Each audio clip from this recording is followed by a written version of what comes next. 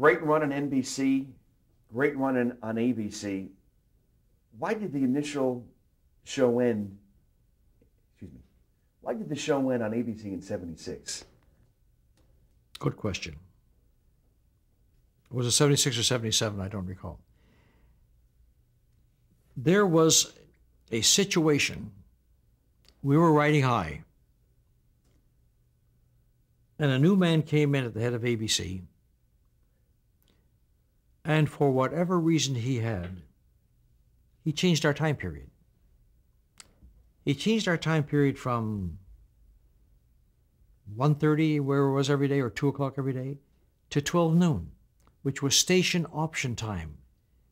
And many stations carried their own show in that period. So instead of having 100% coverage, we went back to 80% coverage, losing 20% of our audience and losing 20% of our ratings.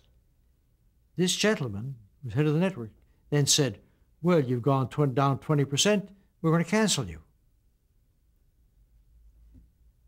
I flew to New York with my attorney and called for a meeting at the network. I said, how can you make an argument that we've gone down 20% in our ratings when you took 20% of our audience away from us? Of course we lose 20%. What's the justification for that? All the people around the room sitting, hiding their heads in shame. Then they started arguments of another sort. Well, we gave you a deal to make a pilot of a comedy show, and then you sold it to NBC, which I did. I owned a show with McLean Stevenson called The Prime of Life. And I said, gentlemen, you had first call on that show by contract. You turned it down. Then I sold it to NBC. Heads hang in shame again. Every argument they brought up, I turned it on them. When we came out of the room, my lawyer said to me, well, you won every battle, but you lost the war because you weren't going to win it. I said, I knew I wasn't going to win it when I got here, but I needed my satisfaction to be able to confront these people. It was the intent of this gentleman who's head of the network. I want to leave his name out of this conversation, incidentally. It was his intent to get me off the network.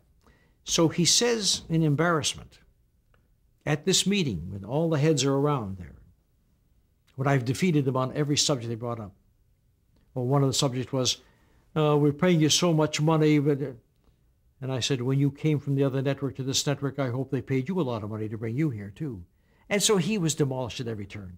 So he says to me, well, let's make those had its run now. Why don't you make 3 pilots of 3 new ideas of yours, and we'll select one of them to replace you in the fall. So I go back to Los Angeles, I make 3 pilots. I go off to London, to the international meetings of the Variety Club. I pick up a Variety. I'm reading on the plane, I see the fall schedule, I'm not on it. He didn't pick one of the 3 shows. So I came back and I called his assistant. And I said, what happened? He said, what happened, Monty? He didn't even look at the pilots. Now, these are the heartbreaks of the business. I don't want to mention these names because there's no point in it. But I'm pointing out, because this interview is for scholars in the future and students to study, these things do happen. These things do happen. They undercut you. A personality, a person's individual feelings can cut you down and ruin a person's career. Simply because A, he didn't like you, or some reason, whatever it is. But to do something like that, to not even look at the pilots, is a betrayal of trust. And betrayal happens in this business. Monty Hall personally and Hayes Hall Productions around that time, still moving full speed ahead. You had a great run with Split Second. Now you're at NBC doing a show that I personally loved called It's Anybody's Guess. So you personally, as an MC, are still in demand with your own shows. And just around the corner, if you want to talk about it, Let's Make a Deal, Good Golly comes back in '80 in Canada, and then again in '84 for national syndication. It keeps coming back. Right. And then and would you believe it that NBC buys it in 1990, a show that we left in 1969, and now they asked us to bring the show back. And the reason they did, incidentally, was because of Dick Clark. Dick Clark had a great relationship with NBC. And he called me one day and he said, I'd like to partner with you on the show and I can get the show back on NBC. And I said, go to it. And just like that, we get an order. Now the problem was, who's going to MC it? In 1990, I said, no, I don't want to do it any longer. I did 4,700 episodes, enough. Or at that time, it was 4,600 and something. Dick said, I'd like to do the show. I said, fine. I'll send you over 10 copies of the show that you can study over the weekend. He looked at them over the weekend and he called me and said, I can't do the show. It's too tough.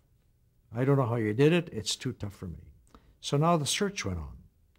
Now we've got a search to get an MC for Let's Make a Deal. We put out the word. We looked at, I can't tell you how many tapes I saw, or how many people we interviewed, or how many people came in to the office to be interviewed by me, how many run-throughs we did with people. And when it was over, and I worked with each one of them, when it was over, we narrowed it down to 3 people. And we went to NBC, we had a meeting, Dick Clark, myself, and whoever was head of NBC program at the time, the gentleman who passed away.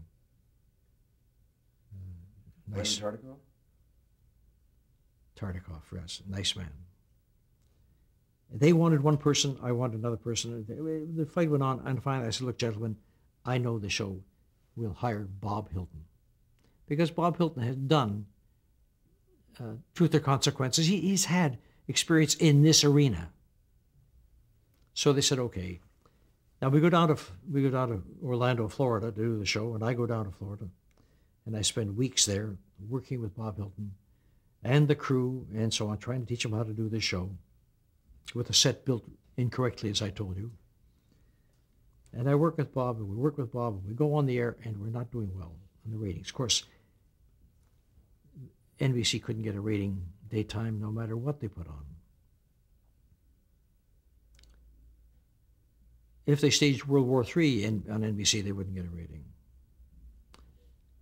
So after 13 weeks, I get a call from the program director here, and she says to me, you have to take over the show. I said, I don't want to take over the show. She says, take it over or we cancel. I said, what if I take it over for a while until we find somebody else? Okay, she says. So I move down to Orlando and I do 26 weeks. And the rating goes up a small amount. And now comes the funniest story ever. Do you know Mike Eisner, head of Disney? Mike is a powerful man. And Disney built the set for us down in Orlando. It's because it was Disney's Disney World. And they had a vested interest in the show, spent a lot of money building a set with steel. Oh, they built such a set, much too big, much too great. Now, in our 26th week, or close to the end of it, NBC calls and says, we're going to give you an extension of 3 weeks or 5 weeks. Because we're not happy with the show. We're going to be a short extension. And Mike Eisner says, our contract calls for 26 weeks extension. And they say no. And I get a phone call. I'm in Los Angeles, and I get a phone call from Paul Perrette, who was our operations manager in Florida. He says, boss, do you hear, I'm holding the phone up, do you hear something in the background? I said, I hear a tremendous amount of noise. What's that noise? He says, they're tearing the set down. Mike Eisner picked up the phone and said, tear the set down. No 26 weeks, no deal. No 5 weeks, no 3 weeks, no nothing. And that was it. He proved to be tougher than NBC. And It was just off the duck's back, as they say, and we lost the show. I didn't mind. I was not going to live in Orlando a day longer, but didn't give such an opportunity even to find somebody else. Incidentally, the worst day of my life was when I had to call Bob Hilton and tell him that I was replacing him. It's not my cup of tea. He felt very bad about it. He doesn't know how badly I felt. My hosting deal in the 90s put you in a fraternity of, I don't know, 3 guys, 2, I'm not even sure, of hosting game shows, the same show in the 60s, 70s, 80s, 90s, for decades. I could do it today too. There'd be another decade. I know, but I'm not going to. Happen. Monty, let's talk about 1973. Good year for you. A lot of personal accolades. A Star on the Boulevard, your book, Mayor of Hollywood. Would you touch upon those 3, please? Star in Hollywood is very exciting. It's right on the corner of Hollywood and Highland. I remember it very distinctly for a couple of reasons. First of all, it's a perfect location right on the corner. And we had a big party that went on right on the corner there, and Mayor Tom Bradley officiated. And I remember saying to him, Mayor Bradley, do not ever widen the street, because if you do, I'm the first one to go, because I'm right on the corner. Then we went to the Palladium, and we had 900 people for a luncheon. 900 people at the Palladium for a luncheon. Sammy Davis was the MC. I remember one of the speeches was Steve Hados, who got up and said, who would have thought that 3 doors and a rubber chicken would have produced this? And Sammy Davis, who was a close friend, was wonderful in the tribute that he paid, and everybody else who was on that stage at that day. It was a heady stuff. So, and now my book comes out, I think it was a little earlier than 70, probably maybe a couple of years earlier than that. However, the book was a sad experience because my mother had just died, and I found it very difficult. I dictated, Rossett and Dunlop wanted the book. I dictated 800 pages. A co-editor with me, Bill Libby, cut it down to 440 pages, edited 440 pages. We sent it back to Rossett and Dunlop, and they edited it down to 220 pages, something like that. And I said, I don't want the book because you've made it into Reader's Digest. This is no longer a book, but you've emasculated most of the things. Well, this is what we want. They even changed the title. I wanted the title to be There's More to My Life, and they changed it to MC Monty Hall. They were going after the Chris Schofield. I said, no, this is much bigger than that. The book got a great review from the Book of Reviews. It said it was the best show business book they'd ever read. This was an honest book. But it was hard for me to write. It was a catharsis. And the editing I didn't enjoy. So that was the book. I went on a book tour. Half the cities I went to didn't even have copies of the book in the bookstores. They didn't do a very good job of distribution. So there's the book. What else were you talking about? Honorary mayor. Well, mayor of Hollywood for 9 years or so, like that. From 70 to 79, somewhere in that area. And, you had to go and officiate at every Star and Cement. You had to go and open up, cut every ribbon for every new store that came up and so on. But that wasn't so bad. The Christmas parade was the terror of my life. Every year in a convertible in the front of the parade, the Honorary Mayor of Hollywood, in an open convertible, with 1 million people lining the streets all yelling, Monty, Monty, make a deal. Monty, Monty, make a deal. Let's make a deal. Door number 1. The whole parade. One year, my Sharon, my daughter, who was about 7 or 8 at the time, sat in the back seat with a girlfriend of hers. He was over, he says, Daddy, I don't want to ever do this again. And I said, you know what, neither do I. And there was a time when I said, it's time for me to step down. I said to the Hollywood Chamber, I said, I'm stepping down. And they said, who should we get? I said, I recommended Johnny Grant because he loves Hollywood and he would love to be in Hollywood. And he'd love to be the mayor. And he's been the mayor ever since. He's been the mayor for 22, 23 years and he loves it. I just did a show with him recently. We reminisced about that. 74 was an interesting year. You gave Richard Dawson a big TV break as he hosted your masquerade party. Didn't work. Show didn't work. Masquerade Party was a retread. We got the rights to it. Was on, I think, back in the 50s perhaps, and we got the rights to do the show, and it didn't work. It didn't work because I think it was dated, where people dressed up in costumes, which was a clue to their identity, and you had to figure out who they were, and it just did not work. Not through Richard Dawson's fault, or just the show did not work. Also in the 70s there, you did many salutes on CBS with Frank Sinatra, John Wayne, yes, Lucille Ball. What were those years? Do you remember those years? Were they mid-70s to mid-80s, something like Yes. that? That was with the Variety Club. CBS came to us and said, we have an idea that we will have a salute to a outstanding star, and we'll have a studio filled with 100 celebrities or more, and we'll have a tremendous show, a tremendous tribute to the star, and during the program, we will donate money to build a hospital wing somewhere where Variety has its chapters in the name of this recipient. And I think the first one was John Wayne, and Elizabeth Taylor, and Ingrid Bergman, and Jack Lemmon, and 12 of them. I think we did. Just a magnificent show, played Sunday night with very big ratings. And then the final year, CBS asked us to do a tribute to Joan Collins. And they changed the date from Sunday night to a different time period. And the combination of the different time period and Joan Collins not having the same stature as John Wayne and the others, our ratings dropped and they canceled the show.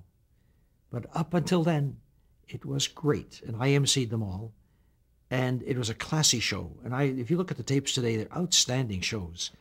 I remember the one we did to Frank Sinatra. Richard Burton made a speech that absolutely electrified the audience. I played it at a convention recently, and the people went wild over Richard Burton's performance on that. But Sinatra and Ronald Reagan was a recipient, and so on. And it was such a classy show and so well done. But you know how networks are. You didn't come up with a rating this year, so you're finished. Paul Keyes was terribly upset about that. He was the creator of the show and the producer. But we had some pretty good exposure over a dozen years. Monty, why do you think you got the opportunity to act on Love Boat, The Odd Couple, That Girl? You were roasted by Dean Martin. You hosted all these great, marvelous specials with these big stars and many other opportunities in your career that you have that no other MC has done, if that makes any sense. It seems to me, this is my opinion, that your career is up above many other MCs because you've done or had opportunities to act and you shine. Well, to MC these specials and you shine. To be saluted amongst your peers. Yeah, I enjoyed that. I enjoyed that very much. That was as close an approximation to what I was saying earlier about my frustration, not having done the talk shows and so on. This was an elevation of sorts to be placed as an MC of a prime time on CBS on Sunday nights for 10 years with a show that was very high in the ratings and with all these major stars. That was the highlight of my life, being in juxtaposition with the John Waynes, Elizabeth Taylors, and the Jack Lemmons, and so on. It was very good stuff, and gave me the opportunities that I didn't have. I also did what only 2 or 3 other stars ever did, and that is I raised $800 million for charities. that places me alongside of Bob Hope and Danny Thomas and Jerry Lewis. The other three people I consider show business people who raised millions and millions of dollars. Let's talk about the charity work here, because I've... Are we changing tape yet?